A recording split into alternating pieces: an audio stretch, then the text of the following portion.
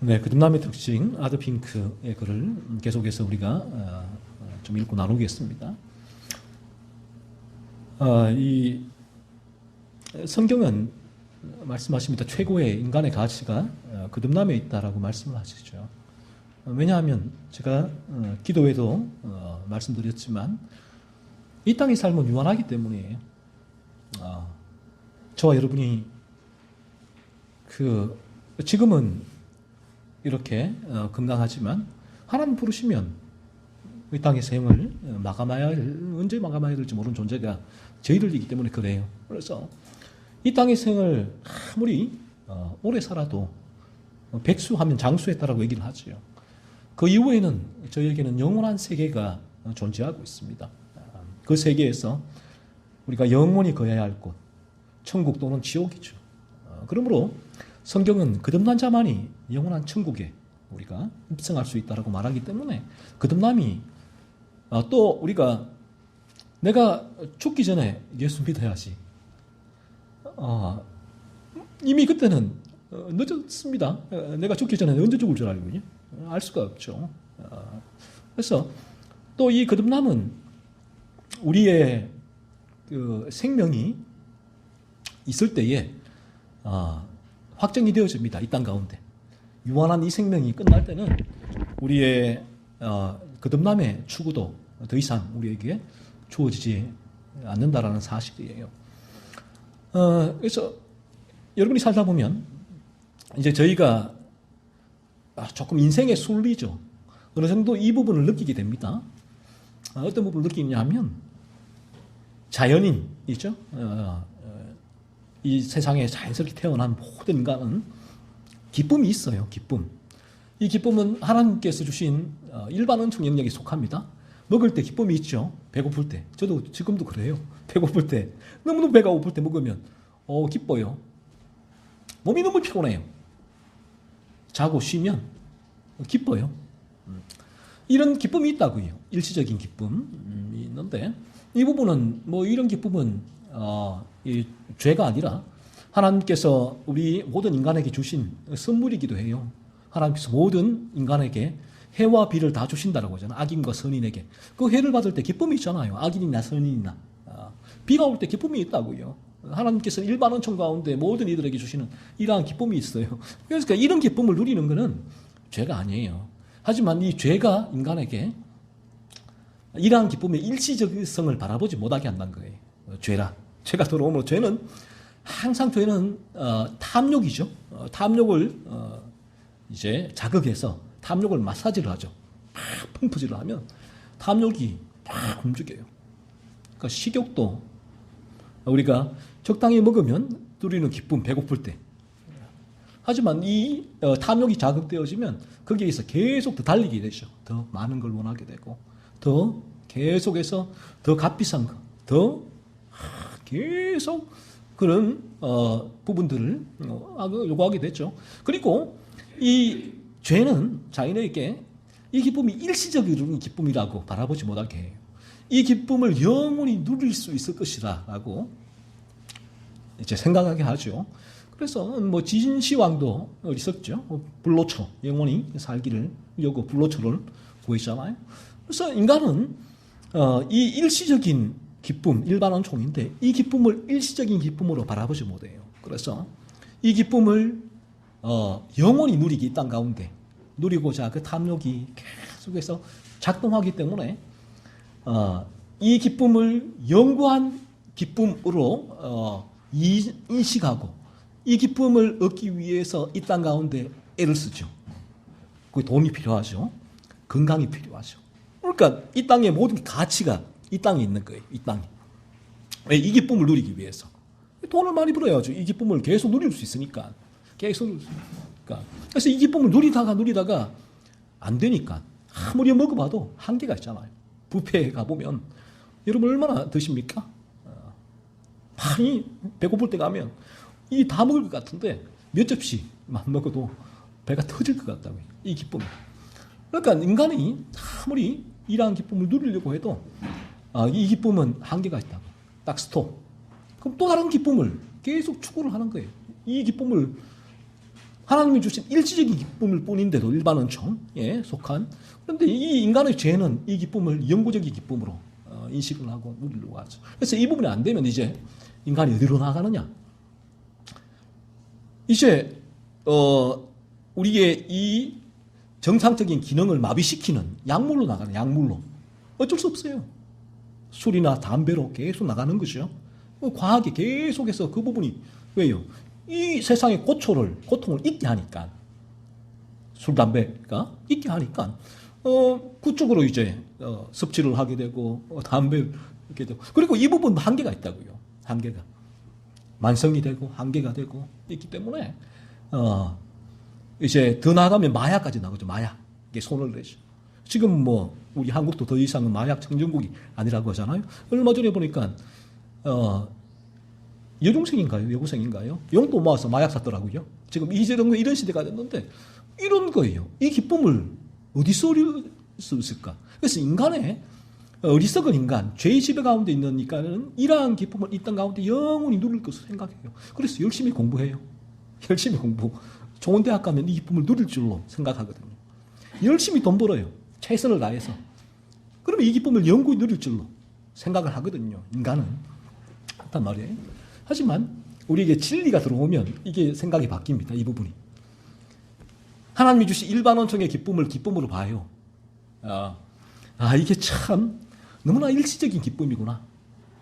요거는 잠시 기쁨이지만 금방 없어지는 기쁨입니다. 또 세상에 고초, 염려가 나를 뒤덮을 수밖에 없구나 라는 부분을 알게 되죠. 그래서 전도자가 솔로몬이 다 누려봤잖아요. 전도자가 다 누려보고 그가 내린 결론이 뭡니까?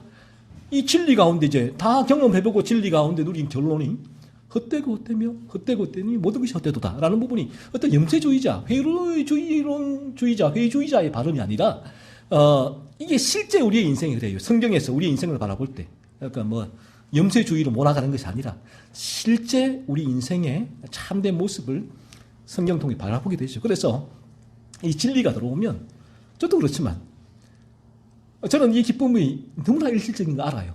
제가 배고플 때 밥을 먹어야죠. 제가 너무 배고픈데 뭐라도 먹었으면 기쁨이 와요. 하지만 이게 일시적인 거 알아요. 잠깐 뒤에 끝난다. 이 기쁨을 더 이상 추구하지 않아요. 이 기쁨을 가지고 이게 영구히 이어질 것이다라는 생각이 아예 없다고요. 자, 우리가 어떤 운동 경기를 한다. 예를 들면 어떤 게임을 하거나 할 때에 봅시다. 어디 이제 축구 대회, 축구 경기를 하러 나가. 예를 들면 낚시를 하러 가거나 하기 전에 그 전날 인간에게 기쁨이 있어요. 여행 가기 전에 막 두근두근 들뜨잖아요. 왜 그럴까요? 그 기쁨이 이 쉼을 통해서 주어지는 일반적인 기쁨이 있으니까. 자, 그런데 모두 다가 동일하게 이제 저도 낚시를 이전에 다녀봤지만 이틀 잡고 가면 마지막 이틀 오는 날은 이제 너무 괴로워요. 힘들어. 아이고 이제 이걸 차서 언제 또 가나. 또 이제 또 악몽 같은 하루하루가 시작되는구나. 여행도 마찬가지죠. 여행을 가기 전에는 두근두근 가는 날은 너무너무 좋아요. 그런데 일주일이면 6일째 되면 이제 서서히 이제 염려가 되고 그 기쁨들이 서서히 다 빠져나가죠. 오는 날은 우울해지죠. 이제 괴롭다. 또 내 삶에 이 고초가 있는 삶의 현장으로 들어가야 되는구나. 그래서 휴가도 마찬가지죠. 휴가도 시작될 때는 너무 좋았다가 특히 군인들 시작될 때 너무나 좋았다가 들어갈 때 되면 이제 거의 도살장에 걸려가는 소처럼 이제 귀대하게 되는 모습이 그런 부분이에요. 그러니까 이 부분들, 이 기쁨을 우리 이 진리 가운데 있지 않은 사람 자연인은 이 기쁨이 많이 없잖아요. 이 기쁨밖에. 이 기쁨밖에 몰라요. 그러니까 이 기쁨을 계속 누리려면 뭐가 필요해요? 돈 필요하잖아요. 건강이 필요하잖아요. 친구가 필요하잖아요. 취미생활이 필요하잖아요. 이 땅의 것들이. 그러니까 여기에 이 땅의 것들이 올인할 수밖에 없죠.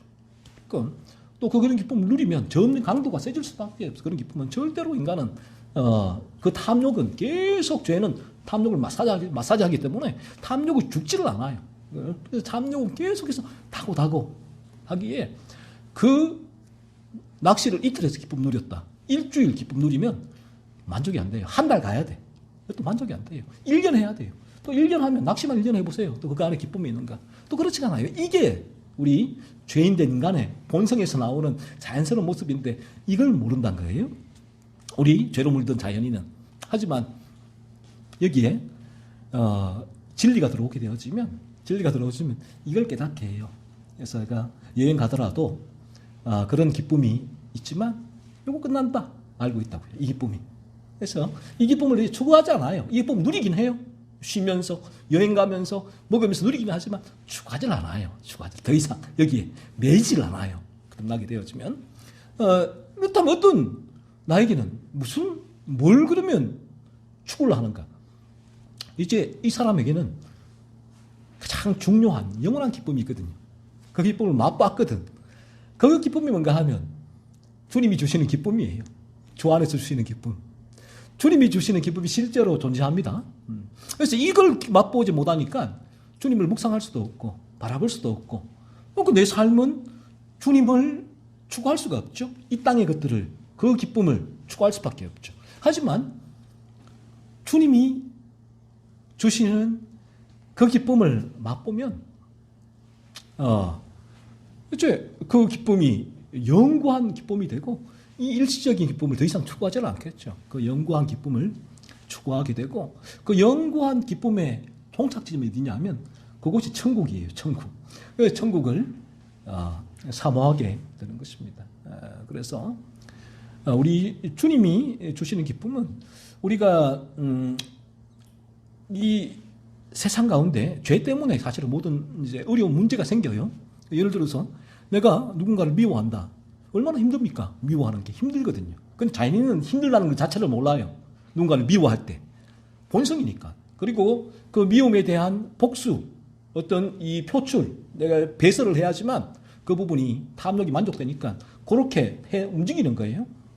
하지만 죄를 깨닫거나 또 거듭나게 되었으면 누군가를 미워하게 될 때 이게 죄로 알게 되는데 이 미움이 너무나 힘들어요.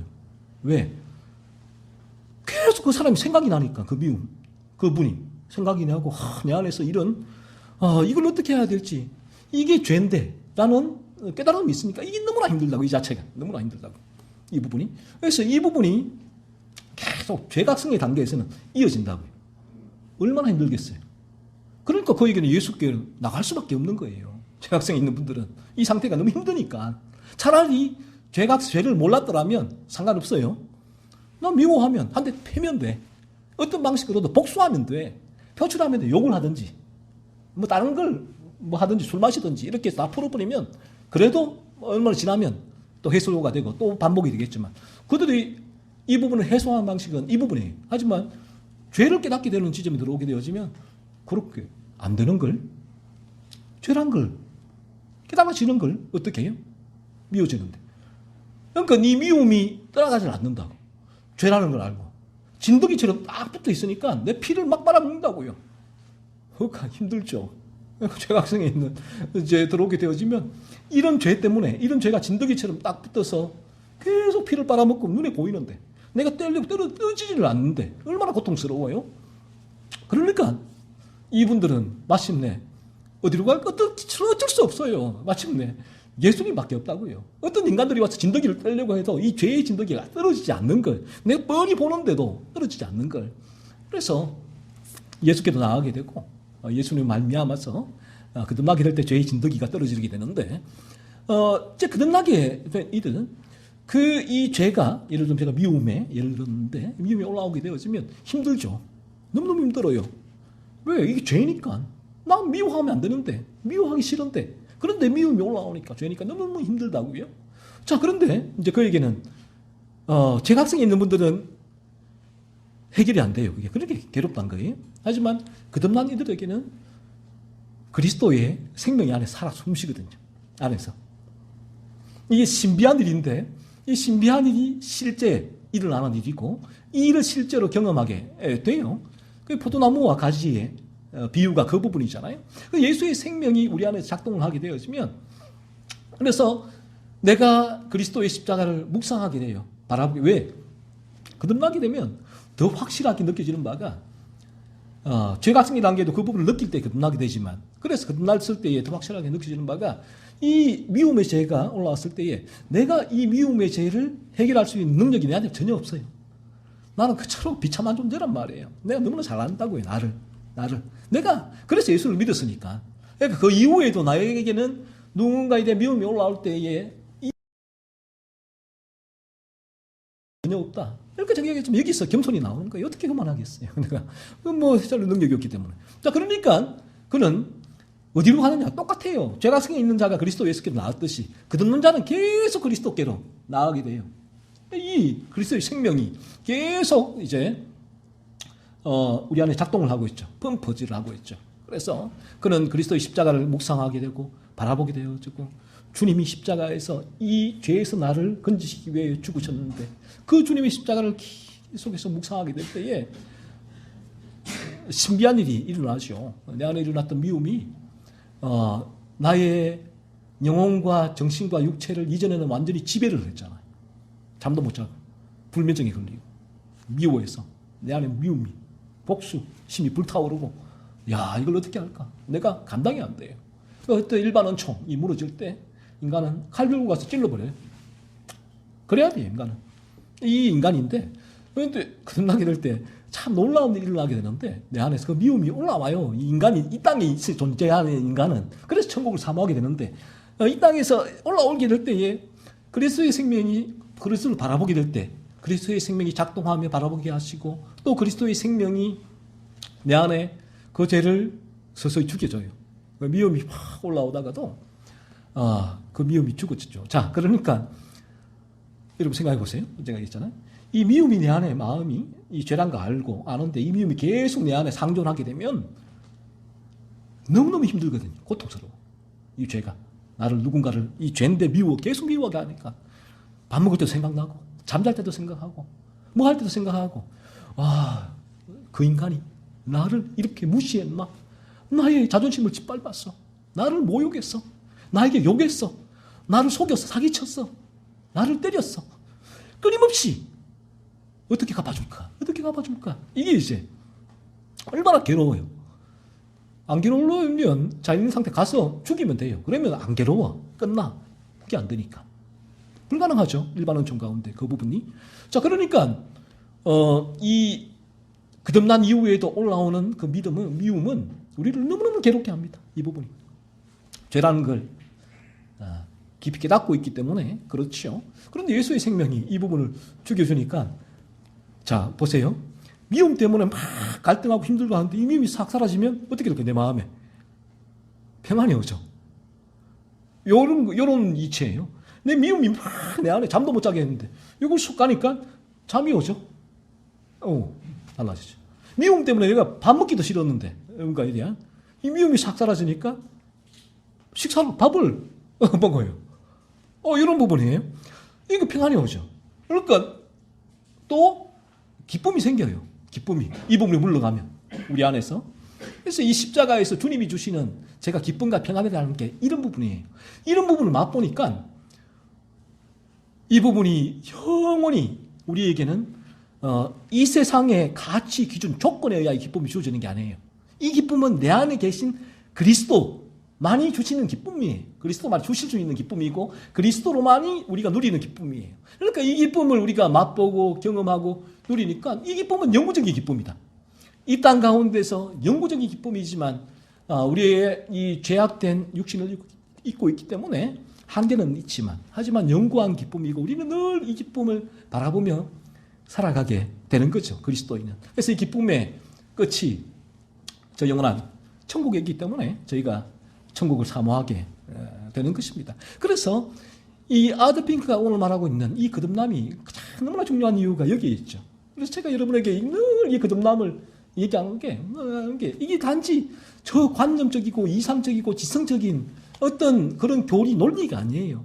실제 우리 인간이란 존재에게 일어나는 신비한 변화, 실제로 일어나는 본성의 변화로 말미암은 우리의 삶의 전반적인 방향성, 태도와 자세의 변화가 실제로 일어나기 때문에 그런 거예요. 그러니까 거듭나기 전에는 우리는 죄인으로서 이 방향을 향해 살아갈 수밖에 없는 일이었다고, 일이. 하지만 거듭난 이후에는 반대 방향을 걸어가는 양이 되는 이러한 놀라운 신비한 기적적인 본성의 변화가 일어나는 문제이기 때문에 이 성경은 우리의 가장 중요한 우리에게 직면한 문제가 거듭남이다라고 말씀하고 있고 거듭나야 하겠다. 오늘 주님도 니고데모에게 먼저 거듭남에 대해서 네가 거듭나야겠다라고 말씀하셨고 오늘 저희도 이렇게 거듭남에 대해서 계속해서 말씀하고 있습니다.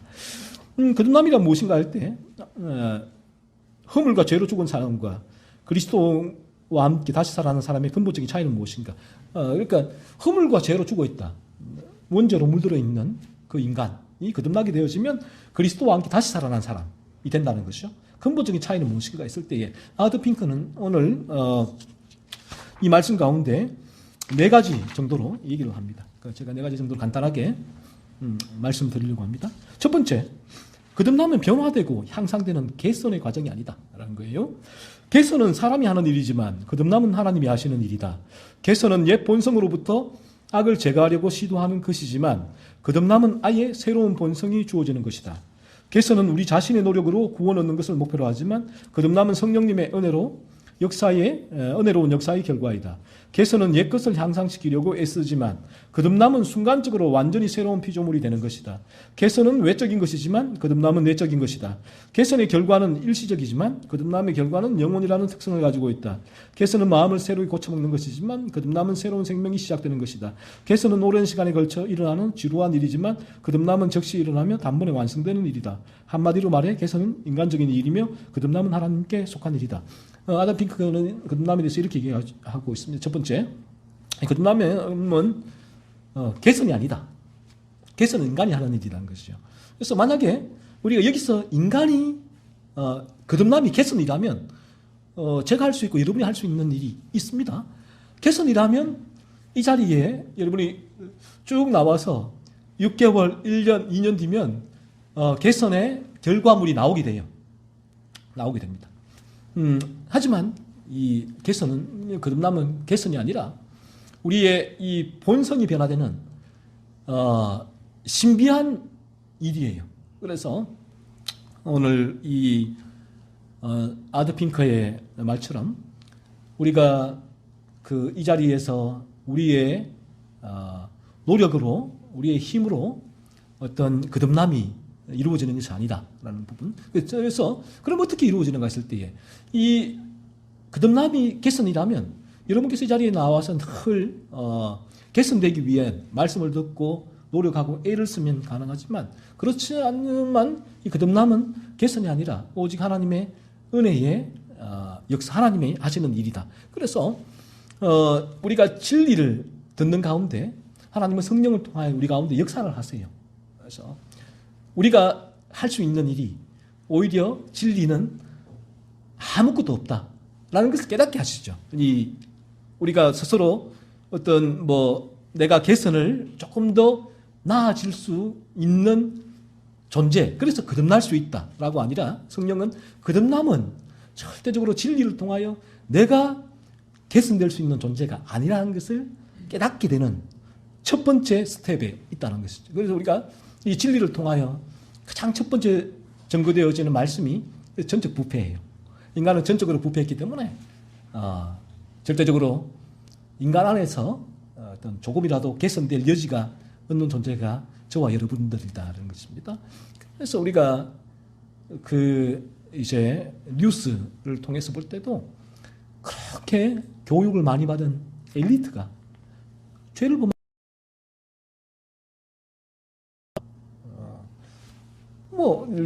합니다. 그래서 아무리 많은 이제 교육을 받고 이 땅 가운데 그런 도덕과 윤리와 교육을 받더라도 인간은 죄악된 본성은 절대로 변화되지 않는다.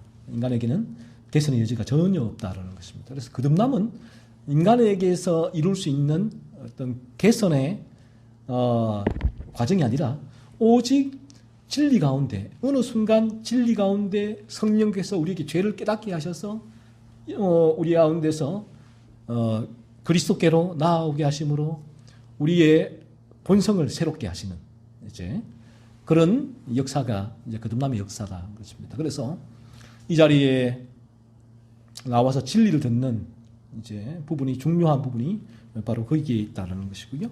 두 번째, 거듭남은 단지 마음을 정결케 하는 일이 아니다. 우리는 선교자들이 회중들에게 거듭남이 마음의 변화라고 말하는 것을 종종 듣는다. 그들의 의도는 좋지만 사용하는 오해의 소지가 있다. 이러한 경우에 성경에서 권고하는 것처럼 바른 말을 본받아 지키는 것이 좋다. 마음의 변화라는 표현은 성경 어디에서도 찾아볼 수 없기 때문이다. 에스겔서 36장 26절의 말씀은 참으로 진실이다. 또 새 영을 너희 속에 두고 새 마음을 너희에게 주되 너희 육신에서 굳은 마음을 제하고 부드러운 마음을 줄 것이며, 마음의 변화와 같은 표현이 이 세대의 사람들과 관련되는 것처럼 말씀한 곳은 신약 성경 어느 곳에도 없다. 심지어 여기 에스겔서에서조차도 마음의 변화라는 단어는 찾아볼 수 없다. 새 마음을 주되라고 하시고 불신자의 굳은 마음을 제하고라고 하셨다. 거듭남은 단지 마음을 변화시키는 정도가 아니라 하나님께로부터 새로운 마음을 받아 결과적으로 삶의 근본적인 변화를 가져오는 것이다. 그러니까 단순히 어느 정도 마음의 변화가 거듭남이 아니라 거듭남은 우리의 본성이 바뀌는 것이라는 것이에요. 마음이 일시적으로 어느 부분이 변화되는 그 정도의 차원이 아니라 거듭남은 우리의 본성이 바뀌는 것이다.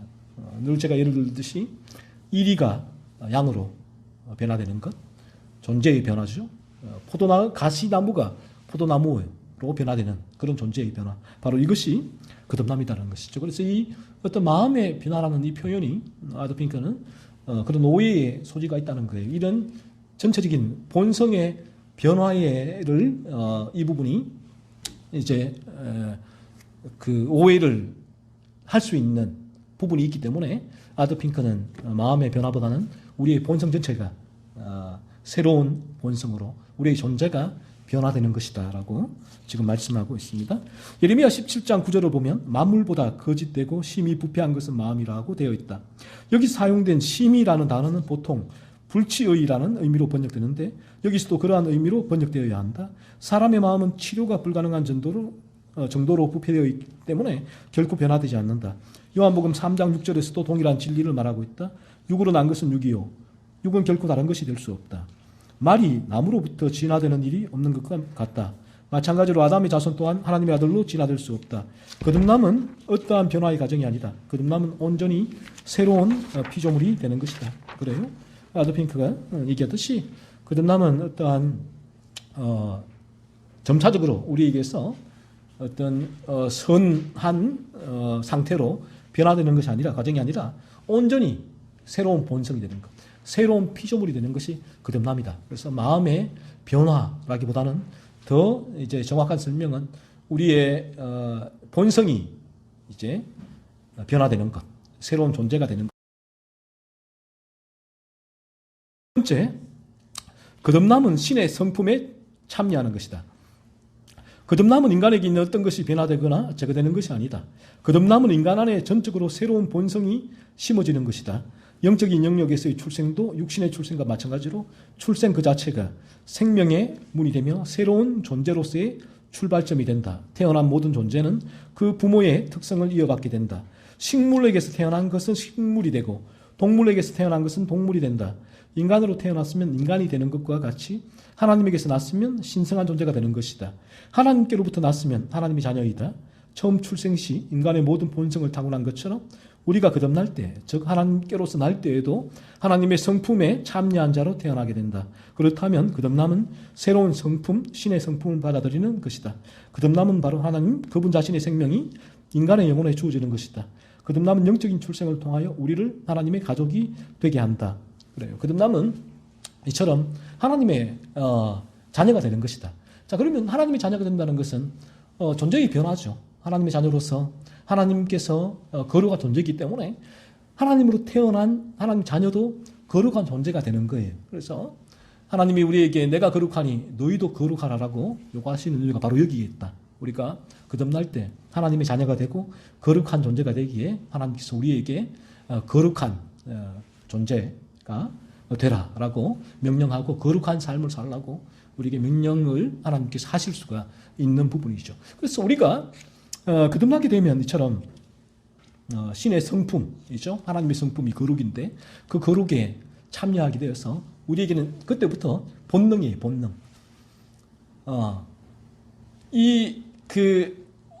우리에게 이 본능이 없으면 이제 훈련이 필요하죠. 훈련, 개선하는 거죠. 본능적으로 움직이지 않으니까 이제 훈련을 통해서 그 부분들이 일시적으로 움직이게 하지만 훈련이 거치면 다시 다 사라지게 되죠. 하지만 본능은 훈련하지 않아도 움직이게 돼요. 이 부분이. 그래서 이 신의 성품은 하나님의 거룩은 우리에게 본능이 돼요. 그래서 거듭나게 되어지면 본능적으로 움직이게 돼요. 본능적으로. 그래서 제가 늘 하는 말이지만 인간이 거듭나게 되어지면 그에게 자 이제 예전처럼 살아가십시오. 거짓말하십시오. 미워하십시오. 이런 죄를 지으십시오. 그에게 그렇게 아무리 얘기를 해도 더 이상 그는 그런 삶을 살 수가 없죠. 왜? 본능이 이거 안에서 움직이는 거예요. 그래서 끊임없이 자기의 죄를 살피게 하고 찾아보게 하고 그리스도를 묵상하게 하고 그 죄와의 분투를 하게 되는 것이죠. 그래서 때로는 거듭나게 되면 될 때도 이제 왕왕했죠. 내가 이 정도까지 해야 되는가? 라고 생각이 들 때가 있습니다. 내가 이 정도까지. 상대방은 전혀 나에게 여전히 이렇게 악을 범하는데 내가 이 정도까지 그를 받아들이고 그를 용서하고 그의 미움을 죽이고 내 죄를 돌아봐야 하는가? 내가 이렇게 해야 되는가? 라는 생각이 들 때가 있습니다. 그래서 내가 때로는 이전처럼 그렇게 내가 해줘야겠다.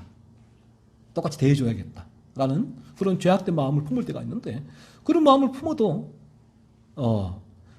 예전처럼 그렇게 상대방을 대할 수가 없어요.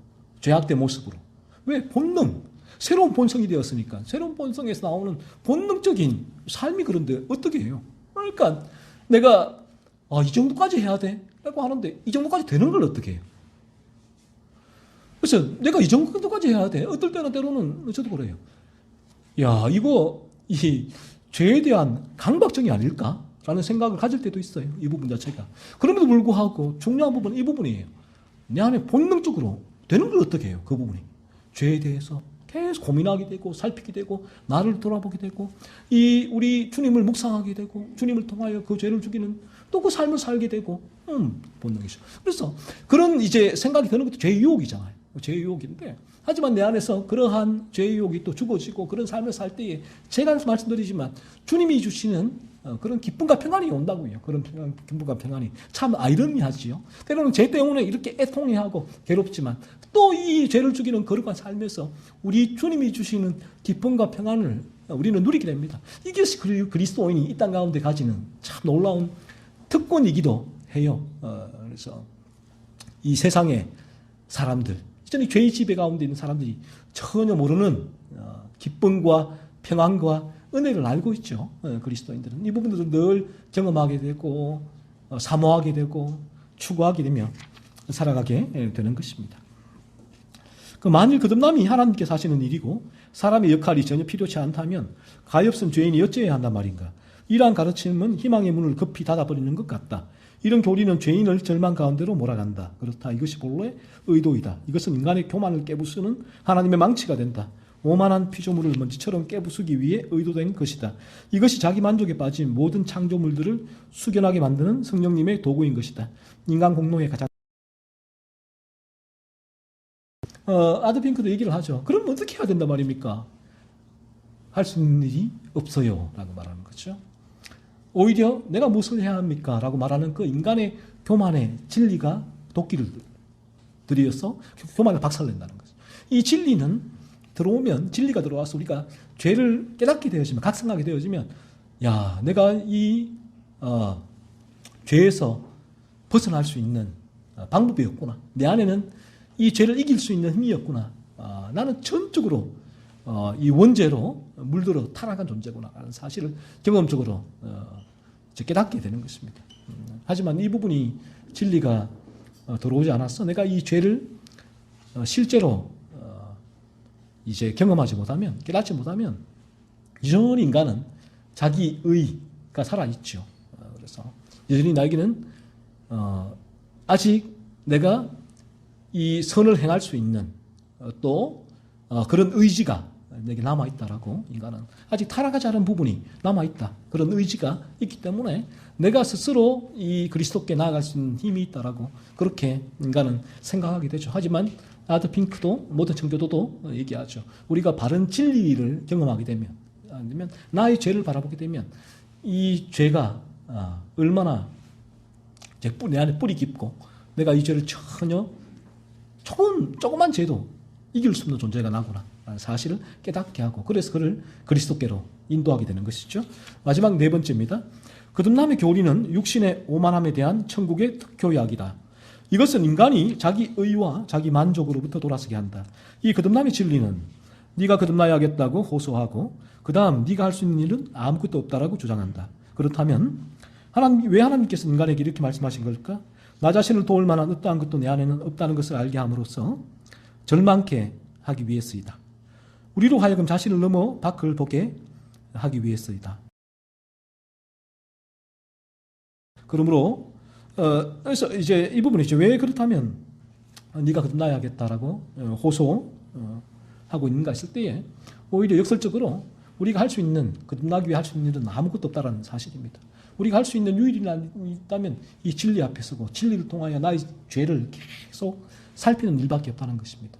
여러분이 끊임없이 지난 한 주간도 내 안에 일어나는 많은 죄들을 바라보고 그 부분을 살피고 그 죄를 깨닫는 그 일 이외에는 우리가 거듭남으로 나올 수 있는 길은 전혀 존재하지 않다라고 이 진리는 우리에게 말씀하고 있죠. 그래서 하나님께서는 우리에게 이 진리가 전해질 때 우리는 오직 하나님의 은혜로만이 내가 죄를 살필 때에, 이 죄를 깨닫게 될 때에 내가 이 죄에서 벗어날 수 없는 존재고, 그래서 이 죄에서 나를 건질 수 있는 유일하신 분이 예수 그리스도이심을 내가 바라보게 되고, 그 순간 성령께서 어느 순간 나를 그리스도의 십자가로 말미암아 쑥 건져주시죠. 그 죄의 지배에서. 그런 부분이 하나님이 하시는 구원의 과정이다라는 것입니다. 그러므로 아더핑크는 마지막으로 얘기를 합니다. 그러면 우리가 무엇을 해야 되는가? 죄인은 무엇을 해야 됩니까? 그냥 죄인은 이 자연인은 가만히 집에 앉아 있으면 됩니까? 그냥 일상생활을 그냥 영위하면 되는 것입니까? 했을 때에 아더핑크는 이렇게 결론적으로 고민을 짓습니다. 그러므로 죄인은 무릎을 꿇고 자신의 죄성과 무력함을 고백하며 그리스도의 이름으로 자신을 긍휼히 여기를 길을 주시기를 하나님께 간구해야 한다. 이것이 거듭나기 위해 하나님께 구해야 하는 죄인의 책임이다. 제가 늘 말씀드리고 있죠. 우리가 자신의 죄를 살필 때 제가 자신의 계속 죄에 대해서 2주간 설교하는 이유가 여러분에게 죄란 무엇인가예요. 죄는 하나님의 기준에서 그것이 죄라는 것을 알려주고 있는 거예요. 제가 2주간. 자, 그러면 여러분은 그 죄의 기준으로 가지고 여러분 자신을 면밀하게 부지런하게 살피셔야죠. 그래서 내 안에 일어나는 조그만 죄도 발견하셔야죠. 그렇게 죄를 계속 살필 때에 내가 그러고 싶지 않아도, 나는 별로 하기 싶지 않아도 그렇게 죄의 기준을 가지고 자신의 죄를 계속 살필 때에, 지난 주간에도 내 안에 이런 죄가 일어나네, 이런 죄가 일어나 살필 때에 성령께서 그 진리를 대면하는 과정인데 그 순간에 역사하시면 죄를 깨닫게 하세요. 자, 그러면 죄를 깨닫게 된 분은 무엇을 해야 하는가? 오늘 이처럼 자신의 무릎을 꿇고 자신의 죄성과 무력함을 고백합니다. 이걸 깨닫거든요. 내가 얼마나 죄로 물들어 있는가 깨닫고 내가 얼마나 무력한가를 깨닫는다고요. 그럼 고백해야죠. 우리 하나님 앞에. 하나님, 내가 죄로 이 내 마음 전체가, 온 육신이 모세의 혈관까지 죄로 깊이 물들어 있습니다. 아담이 범한 원죄로 제가 깊이 물들은 전적으로 살아간 죄인입니다. 그래서 제가 이런 죄를 지난주에도 계속 짓고 있습니다. 하나님. 그런데 저는 무력합니다. 이 죄를 제가 어찌할 수가 없네요. 화내고 싶지 않습니다. 분노하고 싶지 않습니다. 미워하고 싶지 않습니다. 욕하고 싶지 않습니다. 세상의 쾌락을 촉구하고 싶지 않습니다. 그런데 제게는 또 이것을 죄를 범하고 있습니다. 제 자신이 무력합니다. 자신의 죄성과 무력함을 무릎 꿇고 고백해야 됩니다. 그러니까 제가 생긴 단계에서는 이 부분 경험되니까 고백할 수 있는 거예요. 고백하고, 그리고 그 다음에 이 부분들이 깨달아질 때 그리스도의 이름으로 자신을 긍휼히 여기기를 구해야 된다는 거예요.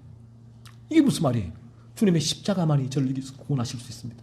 제가 얘기했잖아요. 죄악성 가운데 들어갔을 때 자신의 죄를 깨닫고 자신의 무력함을 바라보게 될 때 그 다음에 해야 될, 즉시로 여러분들에게 제가 해야 될 일은 그리스도께 달려가라. 그리스도의 십자가를 바라보라고 얘기를 말씀드렸잖아요. 즉시 내 안에 있는 죄가 올라오고 확인되게 될 때 죄악성에 있는 분들은 즉시로 그리스도께 나아가서 주님 저를 긍휼히 여겨주시고 주님만이 저를 여기서 건질 수가 있습니다. 저를 건질 수가 있습니다. 제가 아무리 노력하고 발버둥 치고 온갖 가진 방법을 다 해봤지만 저는 이 죄에서 이러한 죄들로부터 도저히 벗어날 수가 없습니다. 저는 그런 존재입니다. 주님만이 저를 여기서 건지실 수가 있습니다. 오 주님, 주님, 주님의 성육신, 주님의 십자가, 주님의 죽으심, 주님의 보혈, 주님의 부활, 주님의 재림, 주님을 사모합니다. 주님, 주님 저를 건져 주옵소서. 이렇게 주님께 간절히 간구해야 된다는 것이죠. 이것이 여러분이 하셔야 할 책임이라는 것이죠. 이 책임. 이것이 인간이 할 일이지, 인간이 어떻게 내 힘으로 예수를 믿어서 뭔가를 이제 구원을 얻을 수 있는 그런 길은 전혀 없고, 또 여러분이 노력해서 그래 내가 거짓말 안 해야지, 안 미워해야지 애를 써서 여러분이 그러한 삶에서 개선을, 그런 죄를 죽일 수 있는 개선의 삶을 전혀 일으킬 수가 없다라는 것이에요. 그래서 저는 그 부분을 너무나 성경을 통해 잘 안다는 거예요. 제가 뭐 예언가가 아니라 성경을 통해 저와 여러분을 잘 알기 때문에, 너무나 잘 알기 때문에, 인간의 존재에서 잘 알기 때문에 여러분이 어떠한 죄를 범해도 저는 놀라지 않습니다. 그 부분이 왜? 당연하니까, 너무나 자연스러우니까. 저와 여러분은 한 혈통이니까, 한 혈통이었으니까, 한 혈통이니까, 지금도 한 혈통이니까 잘 알죠. 이 죄의 위력을 잘 아니까. 그러니까 저는 여러분에게 오늘도 간절히 간구하는 바가, 저나 여러분이나 우리 힘으로 또 누군가가 여러분을 거기서 건져낼 수 있는 아무도 없어요. 그러니까 제가 오늘도 이 소리 높여 외칠 수 있는 바는 한 가지밖에 없죠. 그리스도 예수께로 피하십시오. 예수께로 나아가십시오. 주님은 여러분을 그러한 죄에서 건지시기 위해 십자가에서 생명을 내어오셨습니다. 주님밖에 없어요. 이 메시지죠. 마치 성도가 하나님의 자녀로서 살아가는데 필요한 은혜와 지혜, 도움을 구하는 것이 본인의 책임인 것과 마찬가지다는 것이죠. 성도가 하나님 자녀 살아가기 위해서 하나님의 은혜, 도움, 지혜를 구하게 되죠. 이게 양의 자연스러운 도인이니까, 내 힘으로 안 되니까 그리스도를 바라보면서 하나님의 도우심을 구할 수밖에 없죠. 내 힘으로 살아가게 되면 양은 살아갈 수가 없어요. 그래서 양의 본능 자체가 하나님의 주권적인 은혜를 바라보면서 그리스도의 십자가를 바라보고 살아가게 되는 것입니다. 죄인들로 하여금 그 마음으로부터 간절히 부르짖게 하자. 아드핑크가 외칩니다. 하나님은 응답하실 것이다. 이는 누구든지 주의 이름을 부르는 자는 구원을 얻으리라고 성경에 약속되어 있기 때문입니다. 그래서 우리가 여러분에게 첫 번째 해야 될 일은 여러분이 죄를 계속 살피는 일. 그래서 저는 죄가성이 단계로 들어오는 일, 이 부분이 가장 중요하고요. 첫 번째 스텝이고, 죄가성이 가운데 들어온 이분들은 그리스도께로 달려가십시오. 그리스도께로 간절히 나아가서 그리스도께서 여러분을 건져달라고 간절히 간구하십시오. 자, 그러면 이제 어느 순간 거듭남의 은혜가, 그러니까 우리의 계획이 아니에요. 하나님의 계획 속에서 어느 순간 어느 지점에서 언제 임할지 몰라요. 거듭남의 은혜가 우리에게 임하게 되고, 그리고 그 이후에는 거듭난 이들은 온전한 거룩함을 위하여서 죄가 죽어지는 삶을 통하여 우리 마음에 주어지는 이 세상의 기쁨이 아니라 이 죄가 사라질 때 주님이 주시는 그 기쁨과 은혜와 평안을 누리고, 그 내가 누린 것을 나누는 거죠. 나누고. 그러면 이제 또 그분들은 거듭남이 저런 것인가 소망하게 되겠죠. 이것이 전도의 첫 스텝이기도 하죠. 내가 먹어보지 못한 사과를 누구한테 내놓을 수 있으면 가지지도 않았는데, 그래서 오늘날 내가 먹어보지도 않고 이 성경의 지식을 잘 아는 이 그림 속의 사과만 계속 내밀고 있는 것을 전도로 유지하고 있죠. 그 전도 훈련을 받는 것이 뭔가? 그림 스케치북에 사과라도 열심히 그리는 거예요. 그려서 사람에게 나눠주는 것. 이게 전도 훈련이잖아요. 하지만 진정한 전도는 내가 사과를 맛보니까 가지고 있단 말이에요. 와, 이거 뭐 내가 다 죽어가다가 맛보니까 힘이 막 불끈불끈 솟아요. 그러니까 이 사과를 나눠주는 거예요. 당신도 자 먹어보세요. 그분들도 사과를 비로소 먹을 수가 있는 것이죠. 난 이들에게 주시기를 소원합니다. 다음 한 주간도 아드핑크 또 한 가지 목적이에요. 우리 모두 그리스도께로 나오게 하기 위함이에요.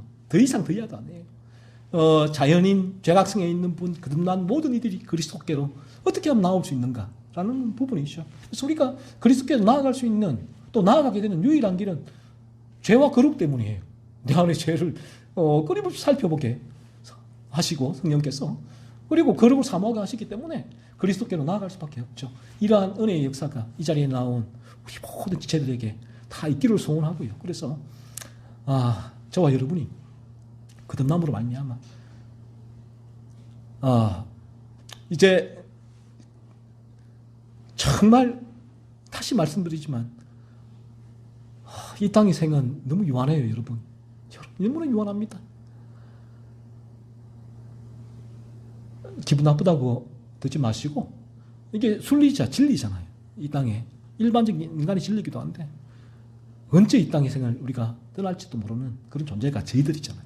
영혼을 준비해야죠. 저 영원한 나라에서는 여러분들과 함께 그 영원한 기쁨, 평안 누리면서 만나고, 왜 거룩 가운데서 그 기쁨과 평안 가운데 살아가기를 원해요. 그런 이 나사로 부자가 지옥 가보니까 괴롭거든요. 우리 아들 여기 안 오게 해주세요. 그때는 늦었잖아요. 그때는 이미 늦었고, 그리고 하나님도 말씀하시기를 여기 지옥에서 가봤자 소용없다. 메신저가 있지 않느냐, 진리가 있지 않느냐. 그 진리를 듣고도 그들이 회심치 않으면 이 천국으로 올 수 없다. 어떤 거듭남의 역사가 없다라고 얘기를 해요. 그래서 이 땅에 여러분에게 기회가 많지는 않습니다. 어떤 그런 여러분의 위협과 협박이 아니라 정말 사랑과 여러분들을 향한 간절한 마음으로 제가 간구하는 바예요. 정원한 천국에서 우리 모두가 거듭남으로 말미암아 다 같이 거기서 이 자리에 있는, 지금 이 자리에서 우리가 함께 예배하고 설교를 하고 듣고 교제를 나누는데, 저 영원한 천국에서도 그대로 이러한 진리 가운데서의 우리의 은혜, 기쁨, 만남이 이어지기를 소원합니다.